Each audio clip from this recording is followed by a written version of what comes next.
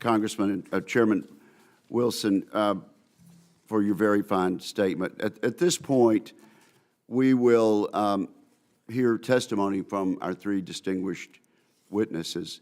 And we'll begin, of course, with the Minister of Foreign Affairs of the Republic of Estonia, Margus Tsahkna. Sir, did I say your name somewhere near correctly? Thank you, Chairman. You said it more correctly than normally in Estonia, so thank you for that. Well, you were recognized, and we appreciate you coming and sharing your knowledge with us. Mr. Chairman, distinguished commissioners, members of Congress, first of all, thank you for the opportunity to testify before you today. Let me begin by expressing my gratitude to you, to the entire US Congress, and to the American people for your steadfast and long-standing political and military support to Estonia. The United States never recognized the Soviet annexation of the Baltic states of Estonia, Latvia, and Lithuania after the Second World War. And you have been there with us every step of the way since 1991. Your unwavering support of us informs our unwavering support of Ukraine. Russia's full-scale war against Ukraine is about to enter its fourth year. President Putin's maximalist objectives have not changed: to conquer Ukraine, to dominate its near abroad, to divide the West, and to push the US out of Europe. Russia's attempts to weaken the West follow this old Soviet playbook, fostering division and fear. Russia remains convinced that it can outlast both Ukraine and the West. But President Putin has miscalculated. Ukraine has not fallen, the West has not crumbled, and our unity endures. Commissioners, Russia's war is not just about Ukraine. It is a threat to and an attack on the entire transatlantic security architecture. Estonia, like many other NATO allies, has witnessed Russia ramping up its shadow war against the West over the last couple of years. I would like to bring a couple of examples. First, on September 19th of this year, 3 Russian MiG-31 fighter jets armed with air-to-air missiles violated Estonian and NATO airspace. The aircraft remained in our airspace for 12 minutes, flew a depth of 6 miles and across a distance of 60 miles, and were as close as 10 miles from the Estonian capital of Tallinn. 10 miles is the distance from this meeting room to Tyson's Corner in Virginia. The incursion in September was the 4th violation of our airspace this year alone, and 83rd violation since 2003. Yes, 83rd violation since 2003. Second, in August, we expelled the first secretary from the Russian embassy in Estonia for deliberately undermining our constitutional order and for sanctions violations. Third, we have seen Russian naval ships and Russian fighter aircraft escorting its shadow fleet vessels in the Baltic Sea. A very concrete incident took place on May 13, when again Russia's fighter jet violated Estonian airspace, escorting the shadow fleet vessel.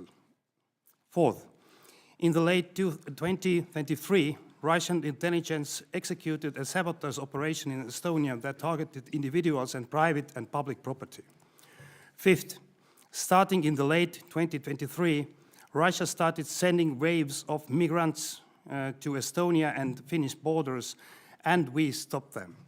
Sixth, in April 2024, Russian GPS jamming of civilian air traffic forced the Finnish airline Finnair to suspend flights between the Finnish capital of Helsinki and the Estonian city of Tartu. Seventh, in May 2024, the Russian border guard unilaterally removed from the Narva River the buoys that demarcate the border between Estonia and Russia. And I know that several of you esteemed commissioners have seen the Narva River firsthand. None of these acts occurred in isolation, and similar incidents have occurred across Europe, unfortunately.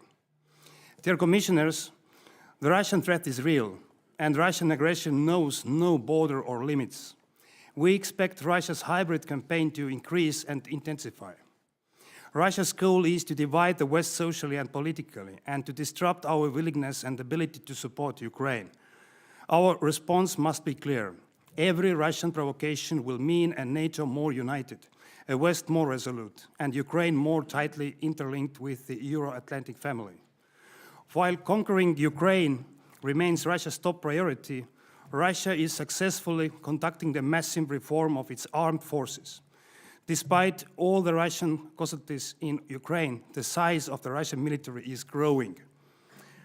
One consequence of this reform will be more Russian personnel and more Russian military assets deployed to Baltic and Finnish borders. In 2016, there were some 125,000 Russian troops as close as 25 miles from the Estonian border. Our population is 1.3 million people. For scale, imagine having some 35 million hostile troops 25 miles into Canada or Mexico. Our intelligence suggests that within the next 2 to 3 years or less, Russia will return to Baltic borders with even more troops and military equipment that they had before full-scale invasion to Ukraine. Russia has also already demonstrated the ability to rapidly generate large combat-ready forces. But NATO is not standing idly by. Baltic skies are protected by a NATO air policing mission. NATO launched the Eastern Sentry and Baltic Sentry operations to better protect NATO's eastern flank. Politically, as a response to our airspace violation, NATO and United Nations Security Council sent a clear message to Russia. Its aggression against Ukraine and its provocations against the West will not succeed. Thanks to US leadership, NATO recently agreed to a historic increase of its defense spending. Estonia's core defense spending will hit 5.4% of GDP next year. Europe is expected to invest some 7 trillion in defense by 2033, including into co-production opportunities. In Estonia, we continue enhancing our border security and our military deterrence, and we continue sending at least 0.25% of GDP to Ukraine in military aid. Here I wish to thank the US Congress specifically. For the last several years, you have supported the Baltic Security Initiative. This program has accelerated the development of military capabilities such as air defense and long-range fires across the Baltic states. In 2025, for every dollar in security assistance from US, we put $21 into our defense budget, and most of it's going back to US economy. The presence of US troops on NATO's eastern front is likewise invaluable. Estonia is honored to provide your troops top-of-the-class military housing and unique training opportunities.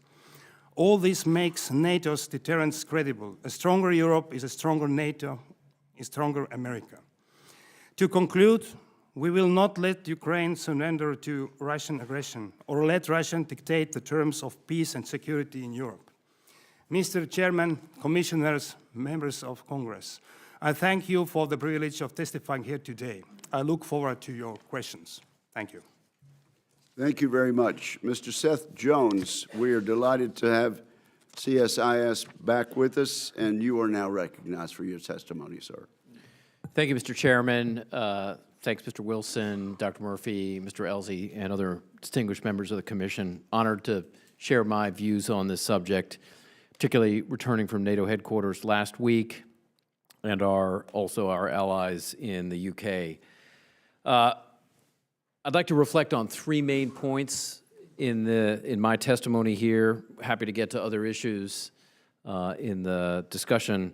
First is that the Russian government has conducted and continues to conduct a growing campaign of sabotage and subversion against the US and Europe, designed in part to target countries, companies, and individuals that have provided support to Ukraine.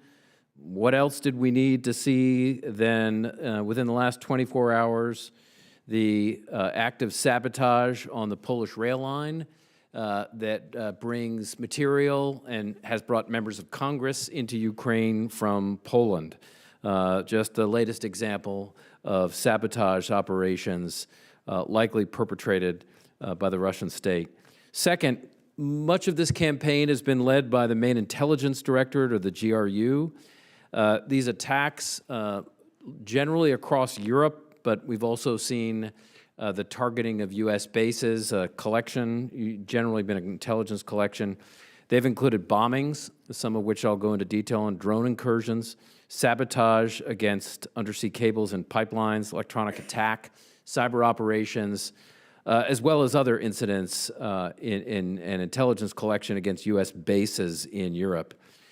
And then third, a subject that I hope we get into in some more detail is I do think the U.S. and Europe need to develop a more effective strategy that includes both defensive but also offensive measures to strengthen deterrence on NATO's eastern flank, including with our Estonian allies, but also to raise the costs on Moscow of its continuing aggression, which is a component of what it is doing in its full-scale invasion of Ukraine and its nuclear saber-rattling. So actually we see a Russian campaign that goes from irregular or sabotage operations through to a conventional full-scale invasion and nuclear saber-rattling across the conflict continuum. My government time has been in U.S. special operations, but it has been much more than those kinds of acts. I think what's interesting is not that the Russians and the Soviets before them have been involved in these activities. Much of that during the Cold War we referred to, and the Soviets referred to, as active measures. But what is new is the full-scale invasion of Ukraine, but also the sheer number of activity. The minister remarked about several of them. According to our data set of Russian activity, between 2022 and 2023, the number of Russian sabotage and subversive acts in Europe quadrupled during that one-year time period, and then tripled again between 2023 and 2024. Those Russian activities, some of which we assessed were Russian government, some of them were leveraging partner forces, including elements of Russian criminal organizations or other actors in Europe, included things like explosives against companies that were housing or building material sent to Ukraine, the use of blunt instruments against undersea fiber optic cables, including as part of the Shadow Fleet, and then a range of other activities, including targeting transportation links with both cyber, but as we've seen recently also kinetic activity, bombings against key rail links.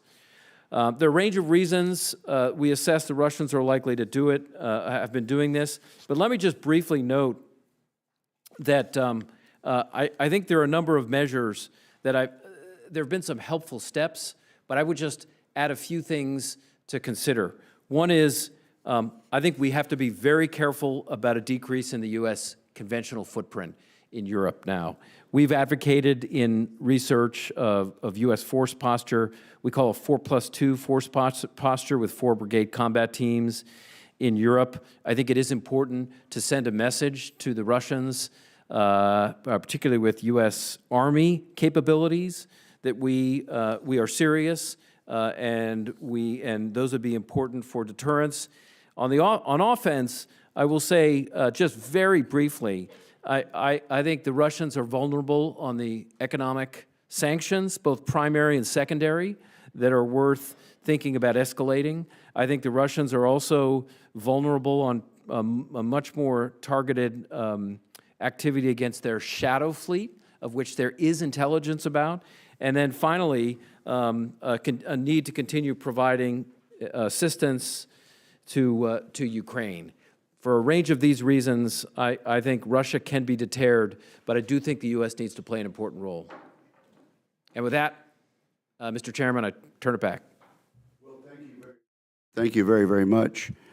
And we now recognize Mr. Peter Rue. And do I have that pronunciation correct? You can call me whatever you like, Senator Wicker. Peter Rao is the Rao, conventional okay. pronunciation. Very good. Sometimes if I get it right, 50% of the time, I feel like I'm batting 500. You're recognized, and we are thrilled to have you here. You got my name right, Mr. Chairman. All right, yes. I struggled, and I did practice all evening last night. Chairman Wicker, Co-Chairman Wilson, and distinguished members of the Commission, thank you for this opportunity. The views I express in my testimony, which I will now summarize, are my own and should not be construed as representing an official position of Hudson Institute. As the minister pointed out, and as Dr. Jones elucidated, Russia is prosecuting a campaign of hybrid warfare against NATO. Putin has complemented this campaign with nuclear threats to gradually tilt the security environment between Russia and NATO in Moscow's favor. Russia's intention is to stress the alliance and exacerbate divisions between allies and within nations. The Kremlin brackets these actions with persistent information operations. To put it directly, Russia is undertaking a comprehensive campaign of political warfare designed to weaken the West.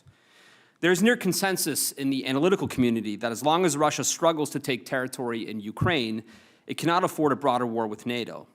While this judgment is almost certainly correct, it risks lulling the West into a false sense of security.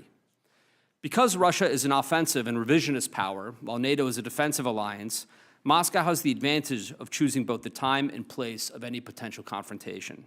The salient point is that while the overall military balance favors NATO by a significant margin, the balance of forces in some parts of Eastern Europe may favor Russia in a blitz scenario. So what is to be done?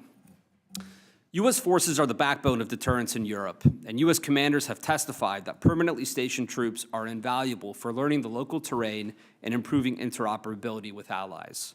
And yet, until it established U.S. Land Forces 5th Corps Forward Command at Poznan, Poland in 2023, the U.S. had no permanent force presence in the new member states of NATO, in deference to the NATO-Russia Founding Act of 1997.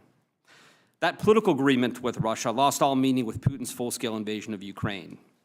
To counter whatever misperceptions may arise from the recent U.S. decision to pull an infantry brigade back to Fort Campbell, U.S. planners may wish to consider turning a rotational presence into a permanent force in Eastern Europe.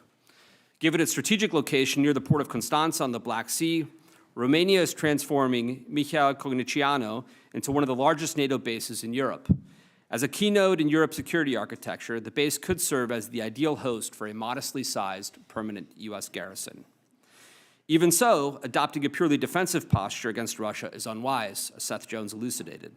For the Kremlin, bribing the captains of cargo ships to drag their rusty anchors across the Baltic seabed to critical cables would cost a mere pittance. The total cost to Russia of launching its recent drone salvo into Poland totaled no more than a few $100,000. As a first step, therefore, NATO's political leaders may wish to change the Kremlin's cost-benefit calculus by tasking commanders to reassess the rules of engagement for the alliance's Baltic air policing mission. Such a directive would at the very least get Moscow's attention. NATO could also tie Russian violations of Allied airspace to Russian positions abroad. Ukrainian special forces have already targeted Wagner Group operators in Africa, from Mali to Sudan. The West could make clear to Moscow that it would encourage and facilitate similar operations against Russia's Africa Corps, jeopardizing a lucrative Russian market, should the violations of Allied airspace continue.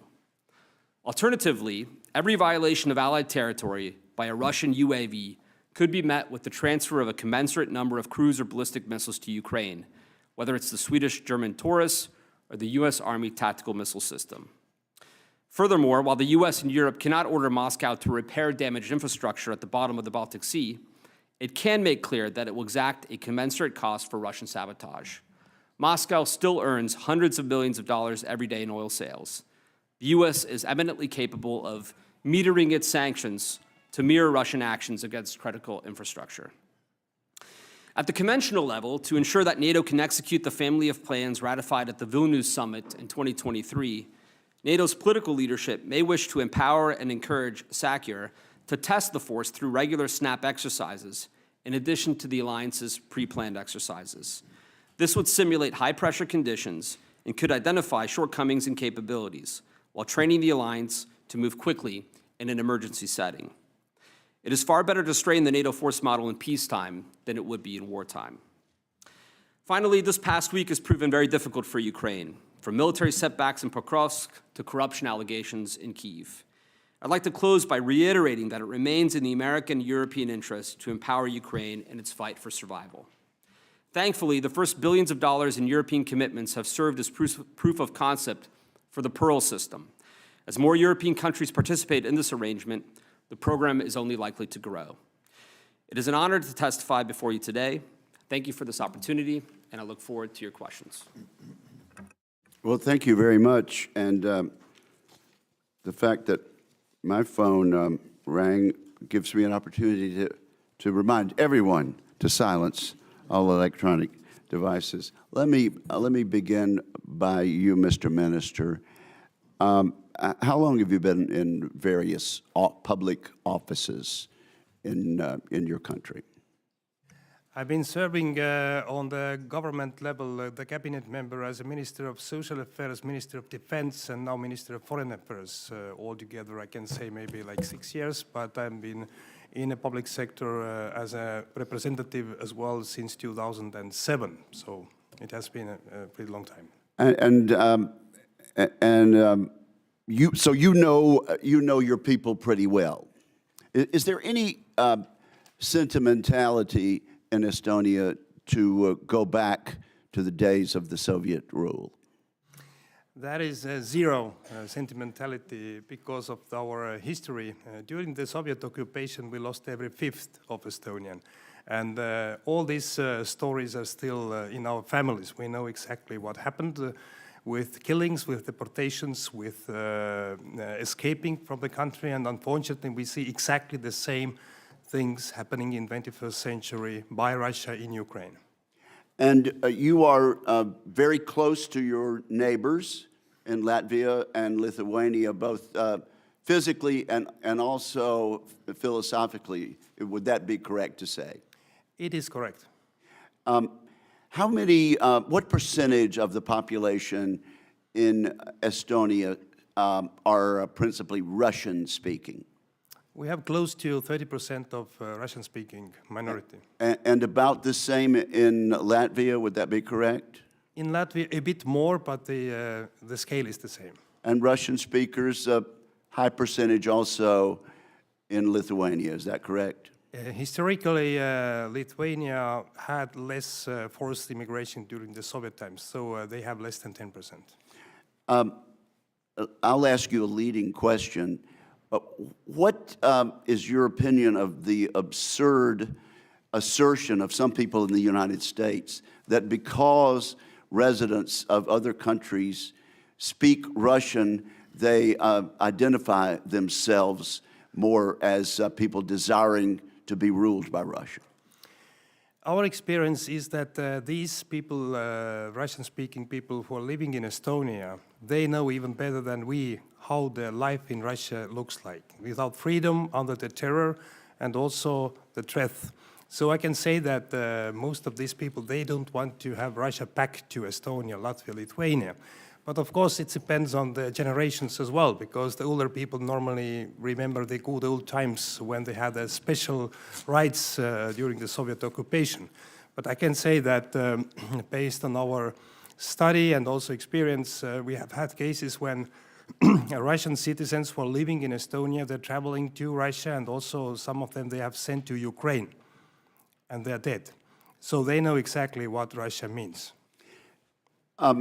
Mr. Rao and Mr. Jones, imagine, if you will, a young couple in their 30s sitting around in Camden, South Carolina, or perhaps in Corinth, Mississippi, just starting out, a couple of kids, working hard, both of them in jobs, trying to make ends meet and deal with the challenges of youth and a family. What's it to them whether Ukraine or the Baltic nations are overtaken by a Russian dictator? What does it matter to them? What's their stake?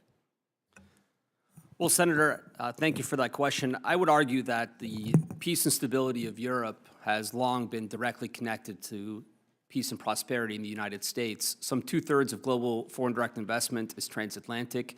Something like 46 of 50 U.S. states trade more with Europe than they do with China. This is by far the most intense and closely knit economic environment you will find anywhere in the world. And I interpret Russia's attack on Ukraine, including all of the hybrid operations in Ukraine's near abroad, as Russia's, if not opening now, I would say almost decades-long attack on the European security order. So this impacts thousands of jobs, it impacts huge amounts of investment, and if European security begins to crumble, so will some of the economic well-being we have here in the United States. Mr. Jones, same question, and I might add to that. What is that couple's stake, or those couples' stake, in the validity and sanctity of our country's solemn word when we give a promise? Well, I think we have committed as part of a NATO member to protect democracy in our own country, but also certainly in others as well that we have formal alliances with. You know, it was interesting, on trips to Japan, Korea, and Taiwan recently, all three of them, senior leadership of all three countries, said what happens in Ukraine and on the Eastern Front has a significant effect on our security. How do we trust the U.S. going forward if they were to abandon an allies in other places? I would also highlight something that is much bigger than just Russia itself, which is, as we have seen since the full-scale invasion of Ukraine started, there has been significant Chinese assistance into Russia, North Korean assistance, including North Korean soldiers, and Iranian assistance, including Shahed industrial capacity in areas like Yelabuga. So Americans in 1939 wondered, why should we care about a Nazi Germany that was invading Poland, and then continued into Belgium, and then eventually into France? I think we've got a revanchist Russia and others as well. I think there is a lot to be concerned about. So if I'm 100% in my little household, America first, I still have a stake in what is going on in the Baltic. Absolutely. I think I am America first, but not So am America I. only. Thank you very much. Chairman Wilson. Thank you very much, Chairman Wicker. And indeed, it's an honor to be with each of you. And Foreign Minister Sakna, it's just it's so encouraging of the success of Estonia and my visit there, as I mentioned to you, to be on the banks of the Narva River. And the chairman, again, was ahead of the curve. People may speak Russian, but they don't want to be part of Russia. They want to be part of Estonia.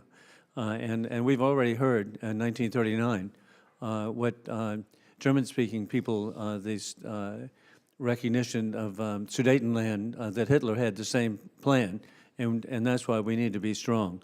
With that in mind, indeed, Foreign Minister, I want you to know that unity has indeed not crumbled. It's been really reaffirmed, and I'm associate member of the NATO Parliamentary Assembly, and it's just so exciting to me to see NATO standing together and no wavering. It's just incredible. And then I'm also grateful to be the co-founder and co-chair of the European Union Caucus.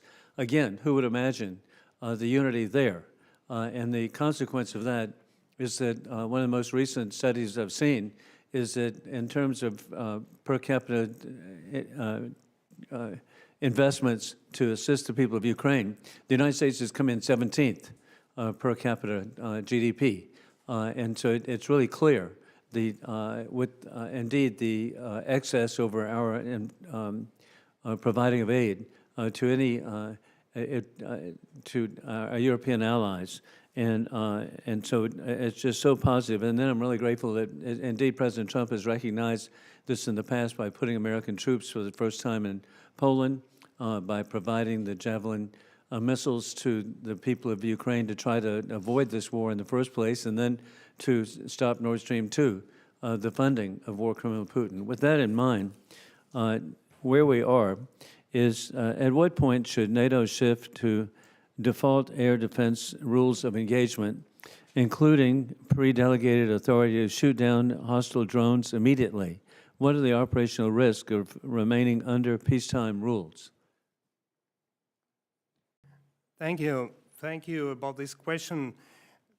This is a not only like practical question, it is actually going back to the history, and also I see it unfortunately today. This is something that President Putin is using very well. It's a fear. It's a fear of escalation, which is actually isolating sometimes our way of thinking, what is really happening. So President Putin is using the fear against us. And every time when Russia has more pressure on, he's going to talk about escalation. He's still going to talk about nuclear deterrence. And then the western part of the world will be frozen. And I can say you that in our region, we don't believe in that. And that's why we say as well that the red lines policy, in the meaning of NATO, must be very clear. If there is a violation of the airspace and we see the direct military threat to the NATO member state, we should use the force. And as well, it was asked after we called the United Nations Security Council meeting about this. It was in September when this high-level United Nations General Assembly week started. And later on as well, the same question was asked from President Trump, and he said very clearly that on the question that if you need to shoot the planes down, it was correct. We need to shoot them down if there is a threat. So I think that we have everything in place. We just need to understand that Putin understands exactly this language. He's pushing us, and if we are hesitating, if we are based on the fear, then he is pushing forward again and again. We see it since 2007, when actually President Putin published his plan during the Munich Security Conference.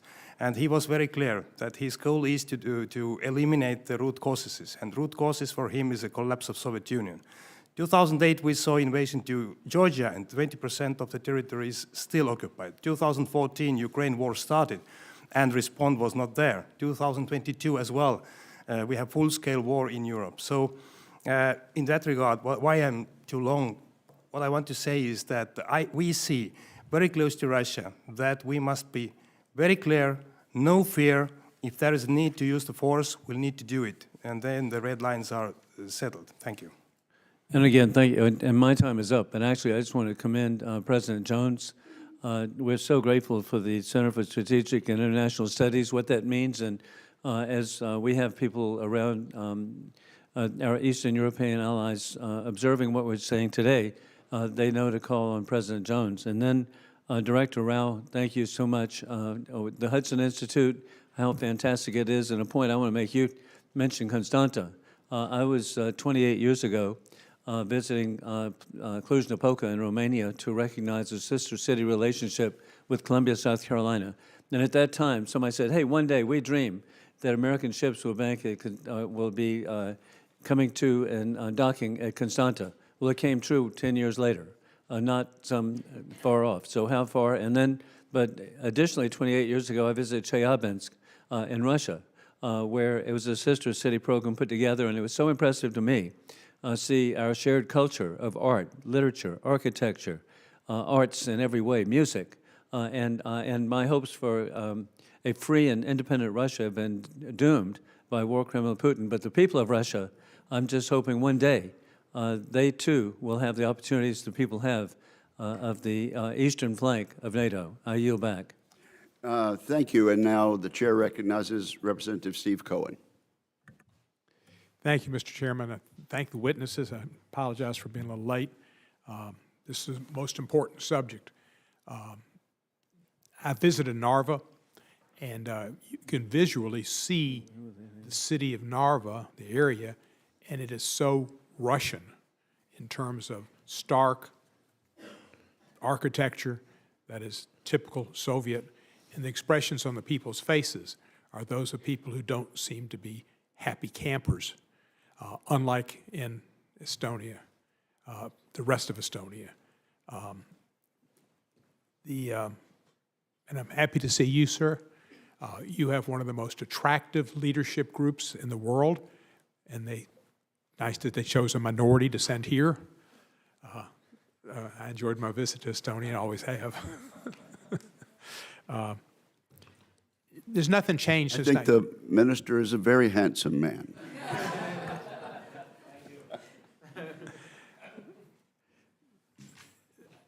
I concur with the chair. But he's in a league of his own. 1939 and today are no different. The attitude of Putin and Stalin are no different.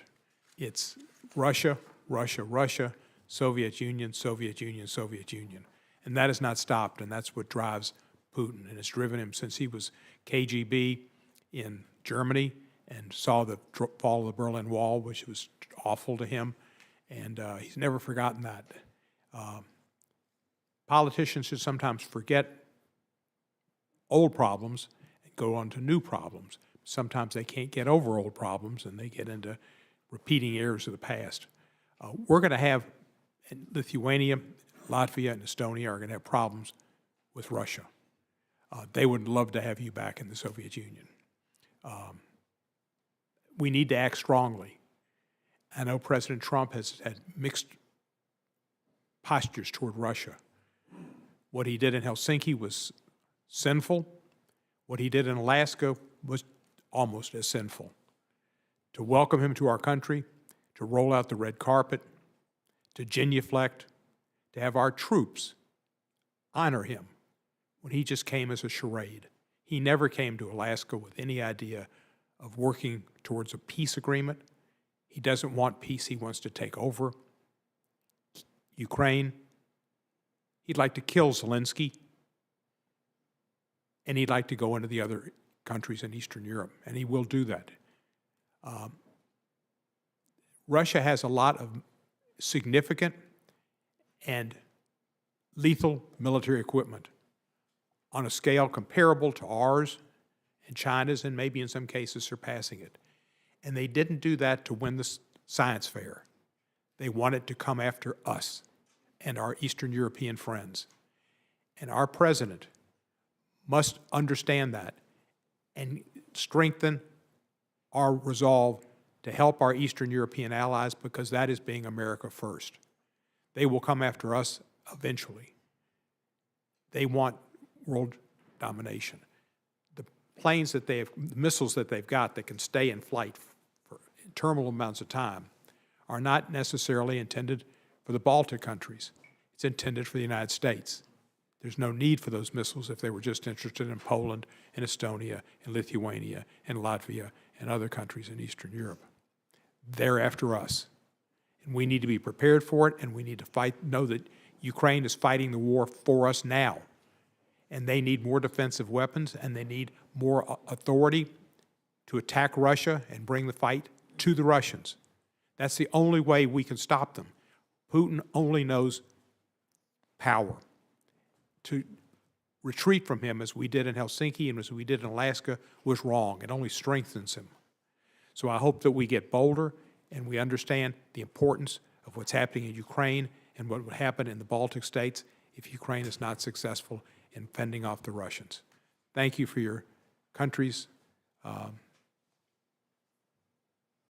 strength and for its desire for democracy, which all people should yearn for.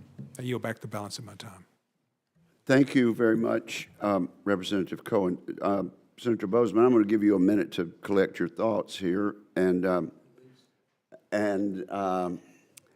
recognize Mr. Jake Elzy of Amarillo, Texas. Representative Elzy is a Navy veteran, fighter pilot, and a veteran of Iraq and Afghanistan, and we welcome him to the commission. You're recognized for a question, sir. Thank you, Senator. Appreciate being here.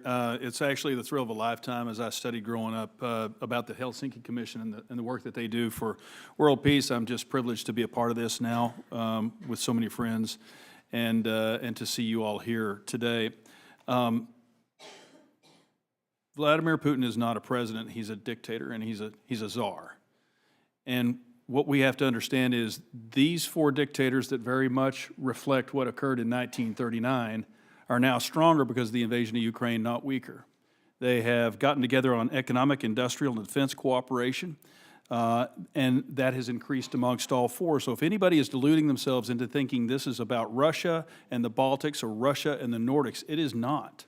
And what troubles me about some of the discussion that we have in the media, not here today, but the discussion, and I guess it's the accepted term now, is hybrid warfare.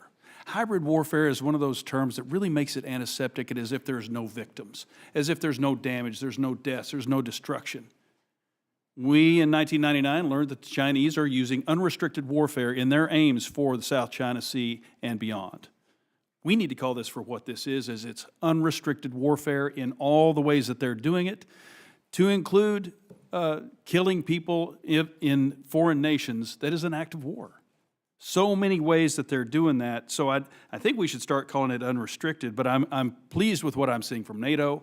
The responses that we've had from time to time, we have kind of tried to find our way on this. I think we need to continue to send the signal that we are going to send permanent troops into Europe to defend them, because Vladimir Putin is the orc. He's the ultimate orc. As a fan of Lord of the Rings, John 10:10 says the enemy kills, steals, and destroys. Tell me what Russia builds, what they improve. They improve nothing. They build nothing. They kill, steal, and destroy.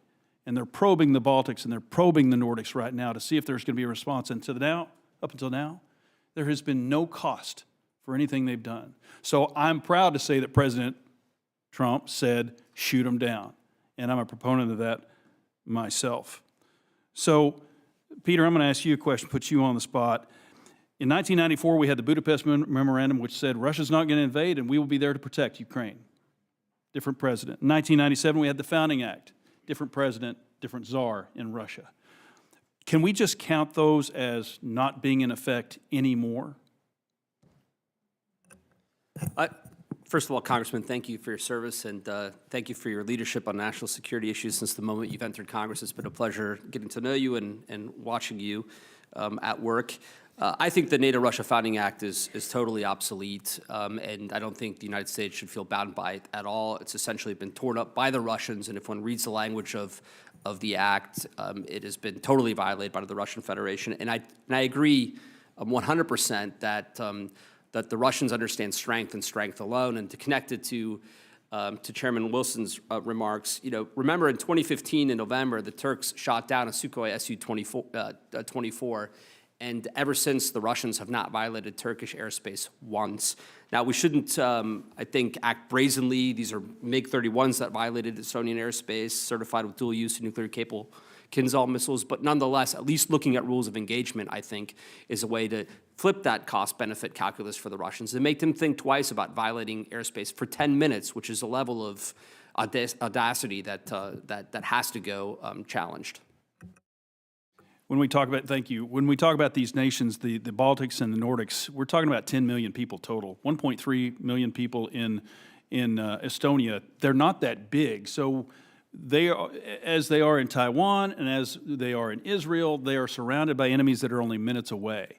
So do you have the capacity right now? Do you have everything you need to defend yourself in case this incursion comes again? And through Article 4, we have now said it's time to knock one down.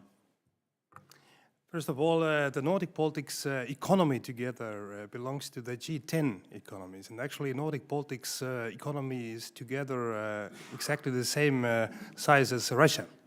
If you're adding Poland, it's 150% of Russian economy. So economically, we're very powerful.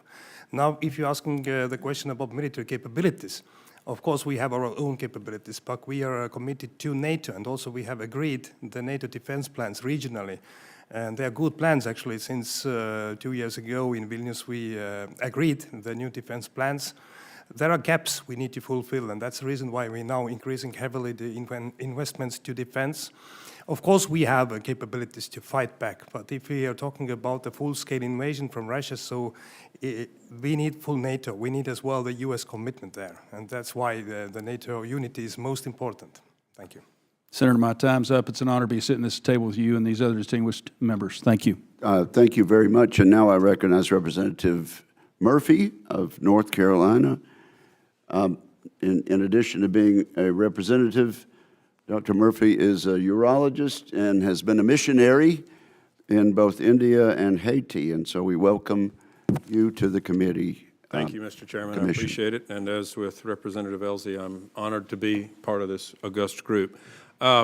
We sat together as a unified body, House and Senate, a few years ago before this monstrosity ever occurred. We were with the Chief of Staff, Armed Chiefs of Staff. We were with Defense Secretaries, and we sat and we looked on the wall and we saw how Ukraine was bordered by three sides by Russian troops, and we did nothing. We didn't arm Ukraine. We didn't want to, quote, poke the bear. I pray that if the same thing happens with the Baltics, we'll have the fortitude that we don't wait for an action, that we prevent the action by arming the people, by coming up and not fighting a defensive war. It's so much that inaction led to a lot of action by Putin.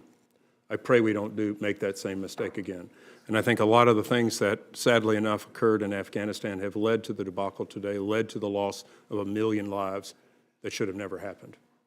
So if that ever happens, God forbid, I pray that who's ever in the administration to this point, to that point, prevents that from happening. I will ask this, is there any public campaign within Estonia now, or any of the Latvian states, that is anti-Putin? Is it all just fear of what's going to occur, or is there any anti-Putin campaign? Thank you for these remarks. First of all, I would like to commend the first part is that we agreed in Vilnius 2 years ago the new NATO defense plans, and they were exactly based on the experience what we see now in Ukraine. And of course, you can imagine that for Estonia and Latvia and Lithuania, we have a territorial depth like 200 kilometers. And the idea before was that, of course, if Russia will be aggressive and invade NATO and the Baltic states, then finally, of course, NATO will win the war victoriously. But the sad thing is that taking back the territories, there will be no Estonian, no Latvians, no Lithuanians left. So that's why we changed this strategy and also the plans. They are very good plans. But Russia must know as well, and they know, of course, that if deterrence is not working, and I do hope that it will work, but if it's not working in the future, we will be ready from the first second to hit into the heart of Russia and take down all the targets which are supporting this kind of aggression. And this is exactly why we are now investing heavily to our defense capabilities regionally, but of course together with NATO and also with allies as US. So this is the understanding. And why I'm talking about this is that actually people of Estonia, we are not afraid of Russia. We don't fear. We have no fear. We have been living there 10,000 years, and we have planned to continue for the same long time. And we just know what may come. This is a big difference. If you know what may come, then you're not afraid. You're just preparing for that. We are very practical. So that's why we decided in the beginning of 1991, after regaining our independence, two things. First, we fight back this time. We didn't do it in 1940 and 39. And the second, that we never be alone again, because at this time we declared that we are a neutral, peace-loving country. But actually, Stalin and Hitler, they didn't care about that. So we didn't fight back, and we were alone. We wanted to get good relations with Moscow, with Berlin, with Paris, London, and Washington at this time. But now we made our choice. Never be alone again, and we definitely fight back. And Russia should know that, whatever it costs. And it's not based on fear. Thank you. Thank you. Mr. Rao, let me ask a question. Getting into the mind of Putin, getting into the mind of Stalin, the other despots that we've seen in the world, how do you change that man's mind? Because I would submit that while many criticize the president for trying to do what he did, he tried to give him an out. I don't know. That's not my understanding. I would just love to know, how do we give Putin an out to back out? Because he's not going to do it, seemingly not going to do it on its own. Interested in your thoughts. There was a wonderful description of Putin in the early days after the full-scale invasion reported in, I think it was the Financial Times, where a reporter asked a senior Kremlin source close to the president who President Putin was relying on to go to war, who he was listening to, and he said he had his two primary advisors, Ivan the Terrible and Catherine the Great. Oh. So there is, I think, an imperial quality to President Putin, and we've seen it on display in the now famous, infamous interview he did with Tucker Carlson, where he went off on a long historical soliloquy. The reports out of the meeting in Alaska are similar, where apparently President Putin began with a lengthy historical excursion, talking about Yaroslav the Wise and other figures of Russian imperial past. And so there is sort of a grandiloquence, a sense of historical boasting that is, I think, at the core of Putin. But beyond that kind of ideological tenor, I do think he responds to basic cost-benefit analysis. And if the pain and suffering imposed on the Russian people is sufficient to threaten the political foundations of his rule, he may be forced to reconsider and come to the table. And I think both the Pearl system of weapons support, financed by the Europeans to Ukraine, and the recently announced Rosneft and Lukoil sanctions, which take effect on the 21st of this month, so just in a few days, are both the military and economic prongs of an attempt to change the Russian calculus. Because to date, the president has sought to engage President Putin and President Zelensky. He sought to act as a mediator, bending in his kind of neutrality and mediation towards the Ukrainians, but nonetheless to mediate. And since I think he's been frustrated by Russian obstruction, by Russian inflexibility, he's now trying to change the calculations of the Russians by applying some pressure. And we'll see, as President Trump put it, when President Putin, or maybe it was Lavrov, the Kremlin spokesperson, scoffed at the sanctions announcement. We'll see if he's still laughing in 6 months. Thank you. I'll yield back. Senator Bozeman can also be called Dr. Bozeman, he's not only a foreign policy expert, having actually lived in Europe for a time when his father was assigned over there, but also he's in charge of agriculture policy over on this side of the Capitol, and he's mighty busy. But John, we appreciate you showing up today and lending your expertise to this important subject. So, Senator John Bozeman. No, thank you so much, and it's so good to be with you all and to have such a distinguished panel to come and tell us what we need to be doing. And I thought it was interesting, I think we all know that the airspace incursions are a method of destabilizing our countries and collecting intelligence. List goes on and on. Congressman Ellzey suggested that we shoot them down. President Trump has. I think if you polled the panel here, you'd probably find a bunch of people that would be in that camp. But the reality is besides doing that, you've got all the other stuff that's going on, the cyber war that's taking place, the disrupting our elections, arsons, assassinations, the list goes on and on. So if you do, take out one, you've still got the others to deal with. You mentioned the sanctions. And I guess what I'm asking is what do we feel like is the best, most comprehensive way to deal with this? How do you make it such that the Russians actually feel, a response from a unified West that actually does help us hurt them?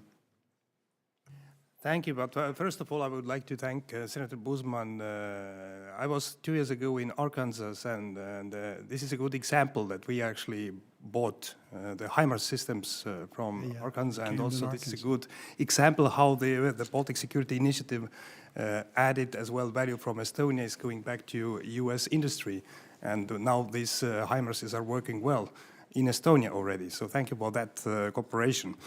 But yes, what we need to do what we need to do. It means as well what we need to increase our capabilities. We need to actually be committed to our plans. First of all, invest money and the military capabilities. But the problem is aggressor. The problem is Putin. And the only way out is the peace through strength. It means as well increasing heavily the pressure on Russia. We have put on already the 19 packages of sanctions from European Union side. The 20th is already preparing. So we are ready, very close to make decisions to use the Russian frozen assets. We're talking about more than 200 billion euros, which is frozen in Europe. And Estonia has been pushing this process already close to 3 years. And now we see the political willingness to do it in Europe. I do hope that it will happen in December. As well, the European Union has a leverage and opportunity to put tariffs on export from Russia and Belarus to Europe, mainly about energy, which doesn't need consensus. You know, probably our complexity about European Union, about sanctions, we need consensus, 27 countries. But about tariffs, we need the qualified majority, and it's proposed by European Commission. It will hit heavily. So as well, we are very much welcoming the President Trump's decisions on putting sanctions on two the largest energy companies, as well the secondary sanctions. I do hope that the Senate will and also Congress will support these sanction regime, the secondary sanctions mainly, because they are hitting these countries and governments which are dealing with Russia. So I was in a visit to China just last week. It was very interesting. Of course, probably I couldn't change the global foreign policy goals of China, but I was very clear as well. And I asked a question that China is the main enabler for Russia to wage the war. Main economical supporter, but as well we are talking about at least the dual-use technologies which has been given to Russia. And so what we need to do together with US and so on, together with Europe, is that to improve and also to increase the pressure to China to buy less gas and oil from Russia, because Putin's and Russian economy is not doing well. They are not doing well. As well, Russia has not had any kind of strategic breakthrough on the battlefield in Ukraine. Whatever Putin wants to tell, instead of 6 days special operation, he's waging more than 3 years of full-scale war without any strategic breakthrough. So that's why we need to act to support Ukraine, but at the same time put more pressure on Russia. This is the only way, and I hope that we are going together on that direction. Thank you. Mr. Jones? Just to add on the Russian challenges, it's not just that the Russians surpassed 1 million casualties over the course of the summer, which is extraordinary, and it's not just that the Russians, the average rate of advance is slower than during the Somme during World War I, but it's also that if you start the Soviet campaign at Operation Barbarossa when the Germans invaded, and you fast forward 3 years and 9 months, they were in Berlin.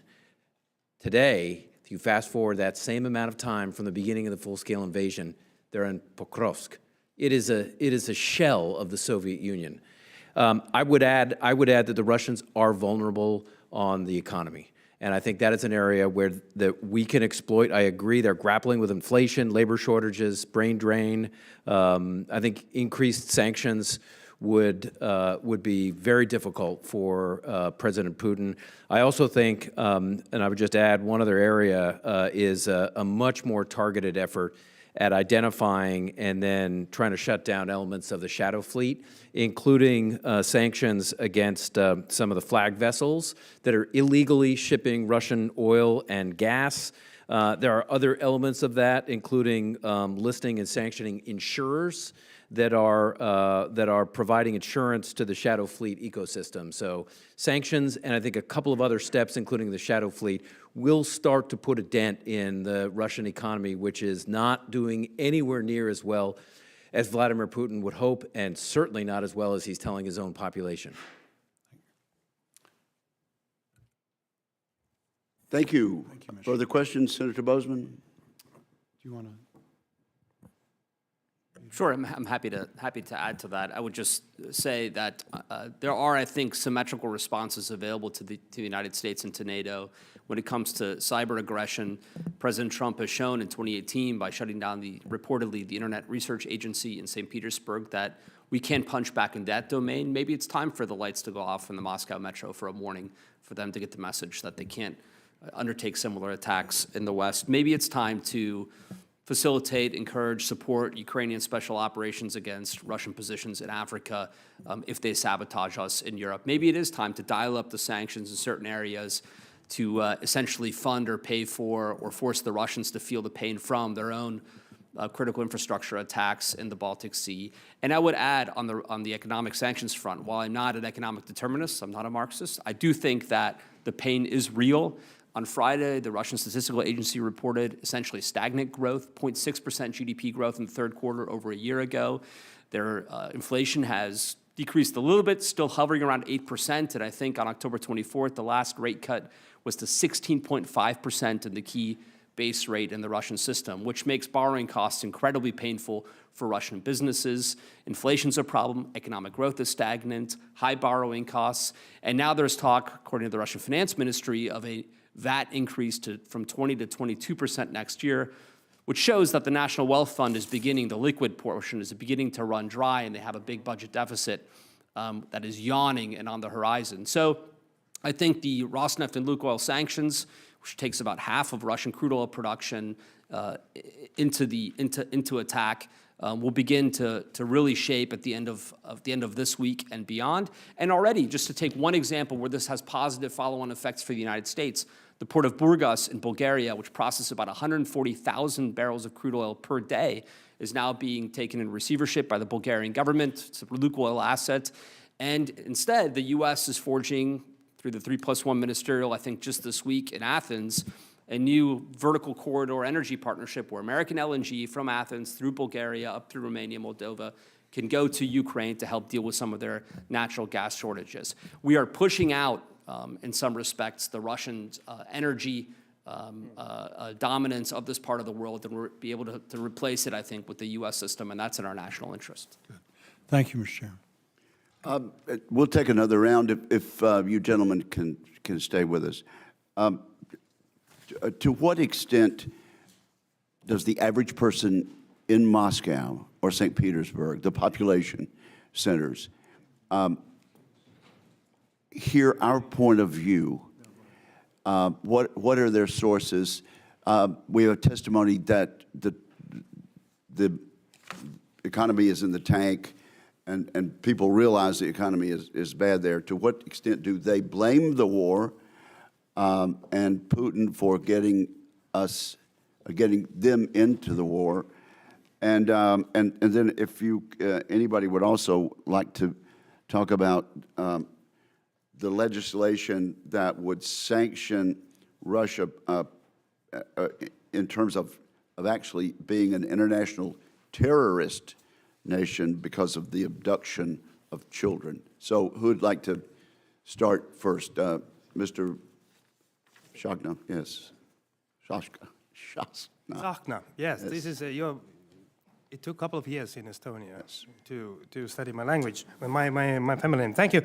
But we don't know in adequate ways what Russian people are thinking, because it's not even the question about the surveys, which is pretty impossible to make in Russia, in Moscow and St. Petersburg, but people are under constant terror, and they are not able to answer the questions in honest ways. So we are talking about the society which is living under constant terror, and if you think about that the Russian war against Ukraine is a bad thing, there will be punishments. People are sitting in prison. So it's hard to say what Russian people are thinking in scientific ways. But it's as a consequence of a terror regime. So the second point is that we have declared as Estonia that Russia is a terroristic country, and also for us, no problem to follow the legislation as well based on this criteria. So, and also as well, accountability is at the same time very important topic. We are talking mainly about what is happening on the battlefield and what is happening with territories, but as well, under the Council of Europe, we have called the initiative, which is the special tribunal about the aggression crimes of Russia. And this tribunal must be put in force. And Estonia will join one of the first countries with this. We sent this legislation already to our Estonian parliament to join that. It was exactly the last time we did something like this in the world was Nuremberg special tribunal about the Nazi crimes. Unfortunately, communistic crimes never have had this kind of tribunal, and this is actually, I think, one of the core reasons why Russia continuously, repeatedly violating everything and acting as an imperialistic nation, because this kind of tribunal has never happened from the past, and now it's a time to commit that. Thank you. Every week, every month, and certainly every year since the Russian full-scale invasion of Ukraine, the Russian state has become even more authoritarian, even more concerned about stability, and even more concerned about the views of its population. I think the answer is clear. Russian citizens do not have access to information. It's a state-controlled media, state-controlled internet. I do not think, in general, the population understands what has gone on. I don't think there's a general sense of the sheer casualties that the Russian state has, that Russian soldiers have suffered. Let me interrupt you there. President Zelensky, in a conversation that I was part of just a few days ago, said there were over 50,000 Russian fatalities in the month of September this year. Not casualties, but 50,000 fatalities in their military force. Surely that word is getting back to the mothers and fathers and husbands and wives. Well, I think, Mr. Chairman, one of the challenges has been that most of the individuals recruited into the Russian military have not been serving. They're not been the sons, certainly not the daughters, but not the sons of politically important people in Moscow or St. Petersburg. They're from Central Asia or Siberia or other locations. And clearly, Vladimir Putin does not care about casualties from huge chunks of his population. Does public opinion matter in Russia? I think as long as there is a significant element of fear among the population, people are not going to rise up against the government that Vladimir Putin has right now. And there is tremendous fear right now. Well, I did interrupt your train of thought there. If you'd like to complete your statement, I'd be happy to do that. Just that the Russian state under Vladimir Putin, since the war, full-scale war began, it was already going in this direction anyway. He's become increasingly repressive. So his population is not getting accurate information about the state of the war. They continue to blame NATO for A, how it started, and B, NATO assistance. And that, I think that is an interesting question about whether we have effectively penetrated Russian news media. I will just remind everyone that it was President Reagan, for example, in Poland during the Cold War that authorized an incredible program to provide assistance to Poles and support solidarity. So are we doing the same right now? Mr. Rao. I would just note that in the 2010s, President Putin built up a pretty significant domestic repression apparatus after Russians took to the streets following a questionable presidential election. And I think that very effective repressive mechanism mingles with a certain apathy of Muscovites who look at, as Seth Jones put it, sort of Dagestanis dying in Ukraine and think to themselves, so long as it doesn't affect me and my immediate kin, I'm okay with this. So I don't detect the same sort of churn, the writhing and chafing that we saw in Berlin in 1953, Budapest 1956, Prague 1968, right now in Russia. I do think, though, that returning to the United States, the issue of the abducted children, which is just a horrific and cruel and terrible act of aggression against the Ukrainian peoples, has seized the attention of a lot of Americans.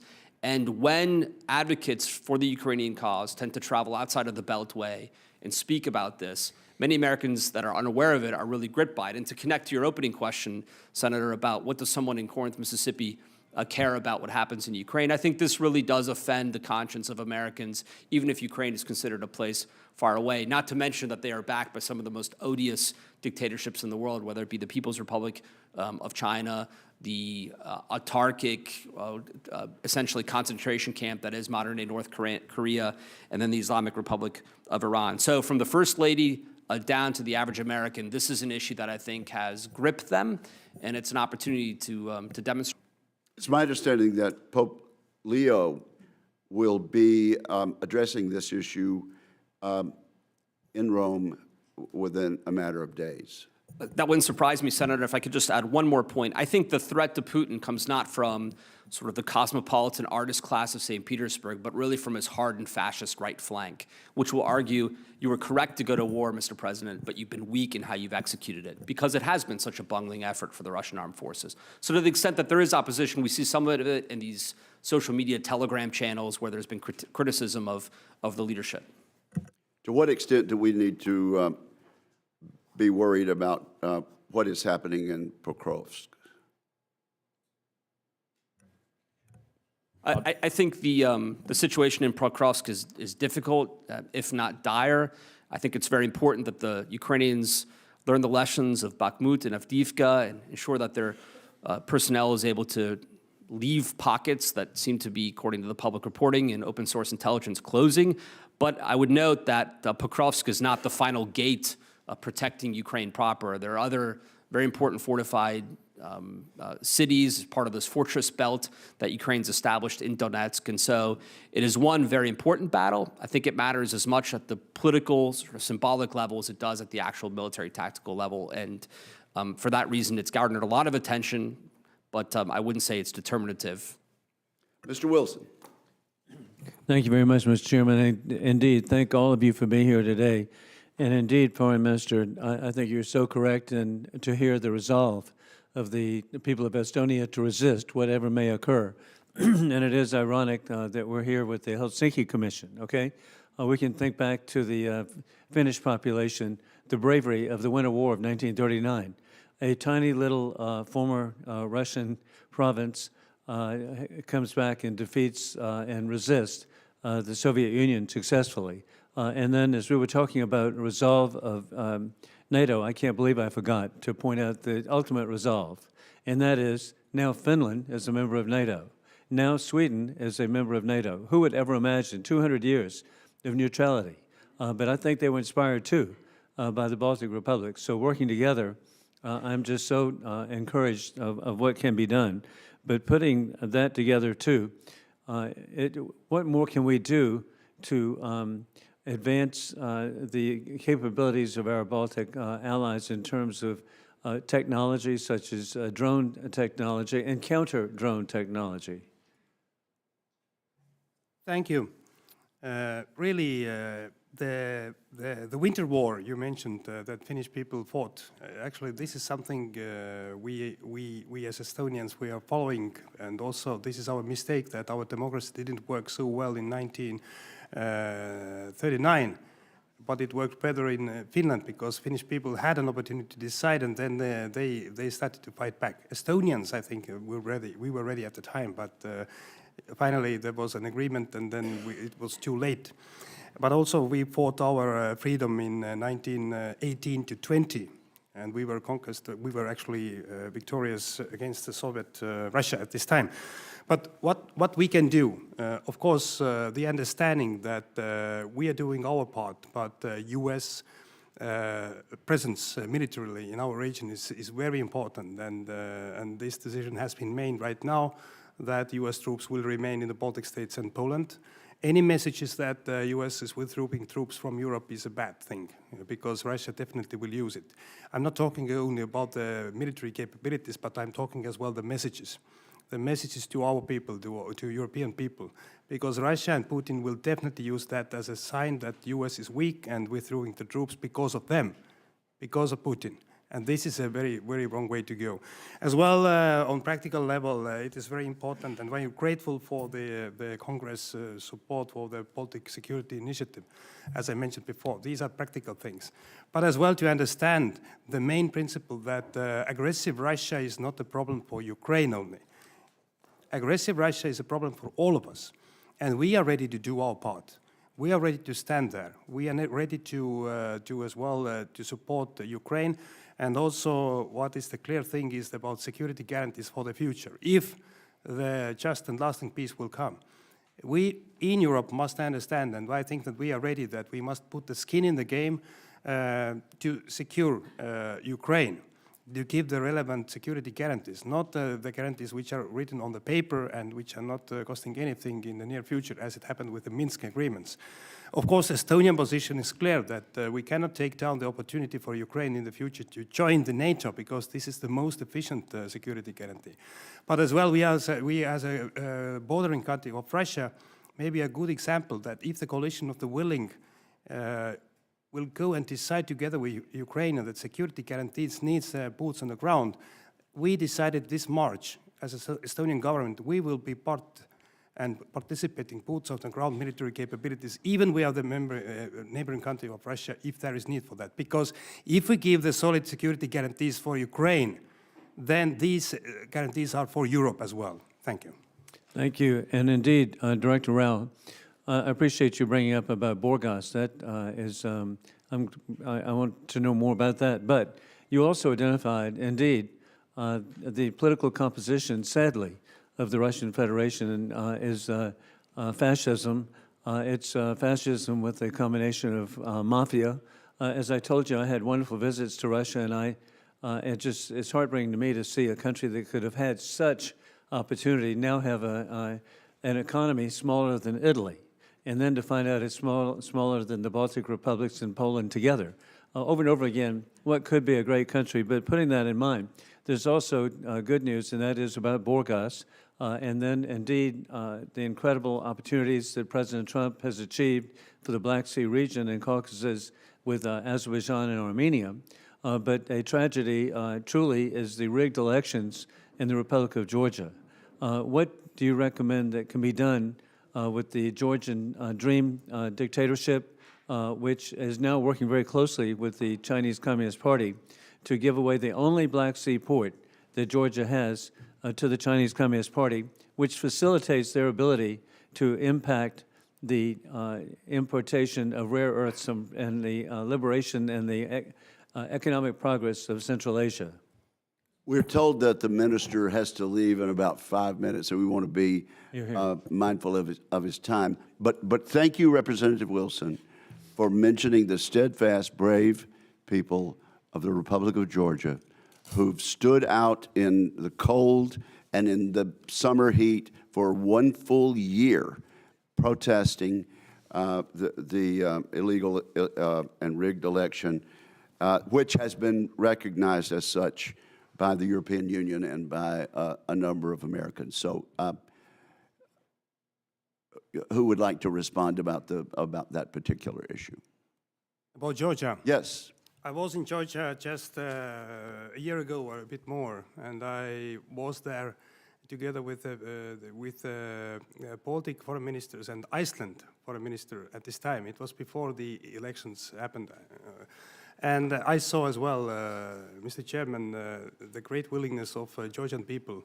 And they believed at this time that actually the leadership is keeping the promises about the integration to the western part of the world and European Union and so on. But it was heavily violated.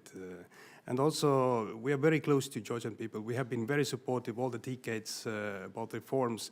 And what we see now, I don't call this government as a government, but this is a regime which is not following the Georgian people will. And what we see now is the beginning of the same developments what we saw years ago in Belarus. So this is a very dangerous thing. This is a very dangerous thing, and Estonian people, I can say you, will continue to support Georgian people's will for freedom. Thank you. And Mr. Cohen says he can limit his remarks to 2 minutes. Can you stay that long? Thank you, sir. Just a little history lesson, if you don't mind, Mr. Minister. I believe you said something. We have time. I believe you said something about Russia taking all the children in Estonia during the 39-40 period. Is that accurate? Did I hear that right? I was talking about Ukraine children. Okay, well, I know about Ukraine children, so I misunderstood you then. Okay. I thought you said they took, the population in Estonia was not as great because they took all the kids. No. The problem was that the end of 30s, our parliament was run out of these democratical rules, and we had very good president at the time who wanted the best for the nation, but we had no democratic system as it was in Finland to respond to these proposals, so-called, from Russian side, Soviet side. So the Finnish people decided to fight. And Estonian people, we had no this democratic system. I got you. I just misunderstood what you said. Yeah. I wanted to clarify. Thank you very much. Thank you. Appreciate you. We're going to conclude the hearing. We want to very much thank our witnesses, particularly you, Mr. Minister, and the representatives also of the think tanks that we rely so much on hearing the ground truth. Also, thank you to our audience. who've been very patient and attentive and have filled this room with supporters of what you believe in, Mr. Minister. And I can assure you that the words that have been spoken today by our three witnesses will reverberate around Europe and be heard worldwide. So thank you very much, and with that, we conclude the hearing.